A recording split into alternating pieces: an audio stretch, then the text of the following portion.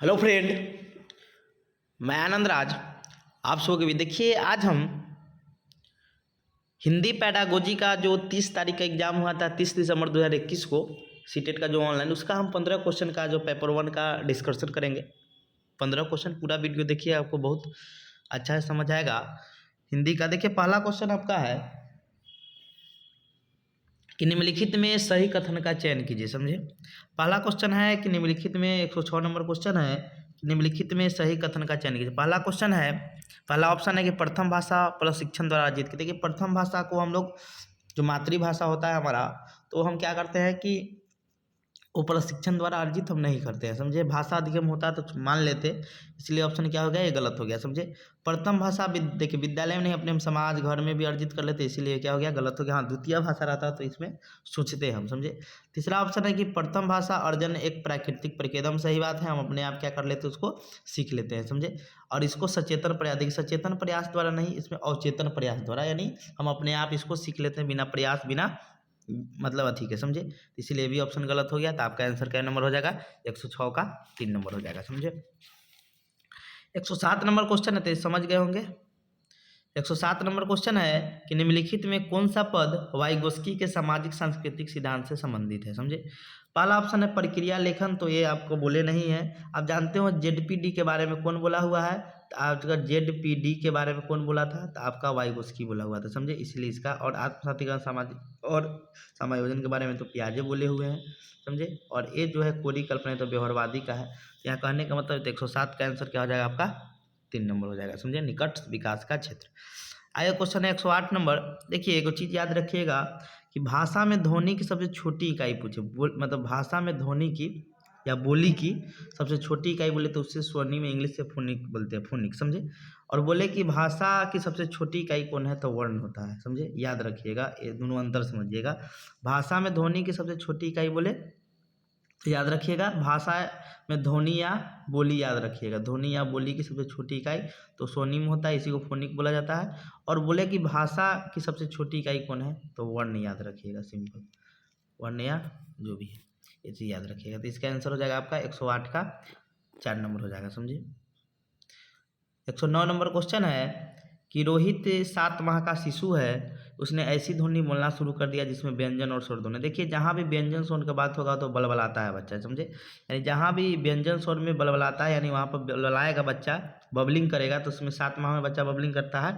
और इसमें क्या होता है कि स्वर और व्यंजन दोनों वर्ड निकालता है। समझे, तो इसका आंसर आपका क्या हो जाएगा, किलकारी मारने में सिर्फ क्या होता है कि आपका स्वर निकालता है। समझिए, जो आपका 1 माह में बच्चा क्यूइंग करने लगता है, तो इसका आंसर क्या हो जाएगा, 109 का आपका 4 नंबर, बबलिंग हो जाएगा, बलबलाने लगेगा। अगला है 110 नंबर। भाषा विकास का अवस्था भी आपको पता होना चाहिए। तो भाषा विकास का अवस्था है, सबसे क्यूइंग करता है बच्चा, उसके बाद बबलिंग करता है, तब एक शब्दीय बोलता है, एक शब्द का भाषा बोलता है, तब तार एक शब्द के बाद बोलता है आपका टेलीग्राफिक स्पीच बोलता है, तब 2 शब्दीय बोलता है। ऐसे बच्चा में भाषा विकास की अवस्था है। आगे है क्वेश्चन 110 नंबर कि यह विचार है कि हम अपने आसपास के परिवेश के बारे में क्या सोचते हैं और कैसे उसे देखते हैं, यह भाषा द्वारा सुनिश्चित है। जिससे किससे संबंधित है, सापिर विर्क परिकल्पना है। विर्क जो मनोवैज्ञानिक थे, भाषा से वही परिकल्पना किए थे, हम जहाँ रहते हैं उसके बारे में क्या सोचते हैं, कैसे देखते हैं, तो हमारा क्या है, तो इसे हम लोग कहते हैं सापिर वल्फ परिकल्पना, यानी इसका ए नंबर आंसर हो जाएगा। 111 क्वेश्चन है कि वे शैक्षिक प्रक्रियाएं जिसमें शिक्षार्थी अपनी विद्यालय शिक्षा अपनी मातृभाषा से आरंभ करते हैं, फिर विद्यालय में अतिरिक्त भाषा जुड़ते जाते हैं, कहलाती है, तो आपका बहुभाषिक शिक्षा कहलाती है। यानी मातृभाषा से स्टार्ट किया और बाद में भिन्न भिन्न भाषा जोड़ रहे हैं, तो क्या हो जाएगा, हमारा बहुभाषिक शिक्षा हो जाएगा। समझे, यानी 3 नंबर इसका आंसर हो जाएगा। आगे क्वेश्चन है कि स्किनर की यह राय रही कि बच्चे अक्षर भाषा कैसे अर्जित करते थे। आपको पता है क्या करते हैं, यह व्यक्सों का क्या करते हैं, नकल करके, यानी अनुकरण करके क्या करते हैं, भाषा को सीखते हैं, अनुकरण करके। बात समझे, 112 का आंसर क्या हो जाएगा, आपका 3 नंबर हो जाएगा। समझे, अगला क्वेश्चन है कि पियाजे का सुझाव दिया था कि बच्चों के माध्यम से, किस माध्यम से, तो बच्चा भाषा सीखते हैं तो आत्मसातीकरण और समायोजन के माध्यम से। आपको पता है प्रयास छुट्टी का तो बात कौन किए थे, तो व्यवहारवादी किए थे। समझे, तो इसलिए इसका आंसर क्या हो जाएगा आपका 113 का, तो 2 नंबर हो जाएगा। समझे, 114 नंबर क्वेश्चन है कि भाषा अधिगम के आधारभूत कौशलों पर अधिकार प्राप्त करने के लिए बच्चों को वाक्यों को जिस तरह के नमूने सीखने चाहिए वो क्या कहलाते हैं, तो हमारा संरचना यानी स्ट्रक्चर कहलाता है। समझे, कैसा होना चाहिए, तो हमारा क्या कहलाता है, स्ट्रक्चर कहलाता है यानी संरचना कहलाता है। समझे, अगला क्वेश्चन है, देखिए जहाँ भी एक चीज़ याद रहे, अतिरिक्त द्वितीय भाषा निर्देश में जहाँ भी बोलेगा ना तो ये द्विभाषिक होता है। समझे, तो क्वेश्चन कह रहा है कि अतिरिक्त द्वितीय भाषा में निर्देश या पढ़ाते हुए किसी अकादमिक विषय वस्तु के शिक्षण के लिए विद्यार्थी घर की भाषा का इस्तेमाल क्या कहलाती है। यानी अतिरिक्त जहाँ बोलेगा ना अतिरिक्त द्वितीय भाषा के इस्तेमाल में, तब याद रखिएगा द्विभाषिक बोलते हैं। अतिरिक्त द्वितीय भाषा जहाँ तो अतिरिक्त बोलते हैं तो द्विभाषिक हो जाएगा। द्विभाषिक हम दो भाषा का प्रयोग करते हैं। समझ गए, समझे, एक अकादमिक विषय में और एक अपना घर की भाषा में, जो भी हो बहुभाषिता में दो से अधिक भाषा का प्रयोग करते हैं। अगला क्वेश्चन है कि द्विभाषिक शिक्षा एक शैक्षिक प्रक्रिया है जिसमें शिक्षण अधिगम प्रक्रिया केवल एक भाषा नहीं प्रयोग किया जाता है, तो गलत हो गया।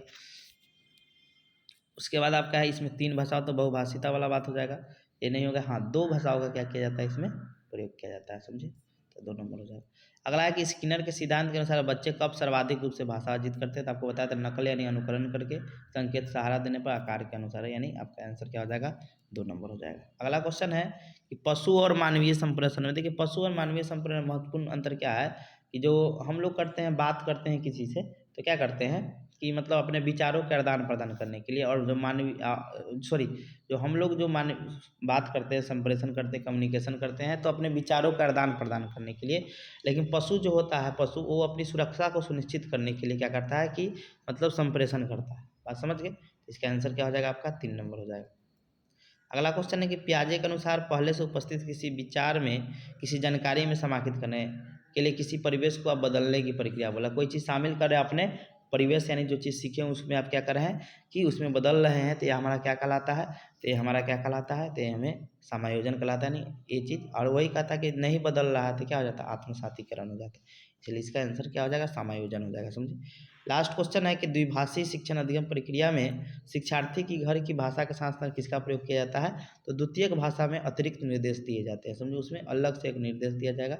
समझे, तो क्या हो जाएगा हमारा द्विभाषिक हो जाएगा, 120 का 2 नंबर हो जाएगा। समझे, तो ऐसे ही आपका सब और भी सेट करवा देंगे। समझे, थैंक यू।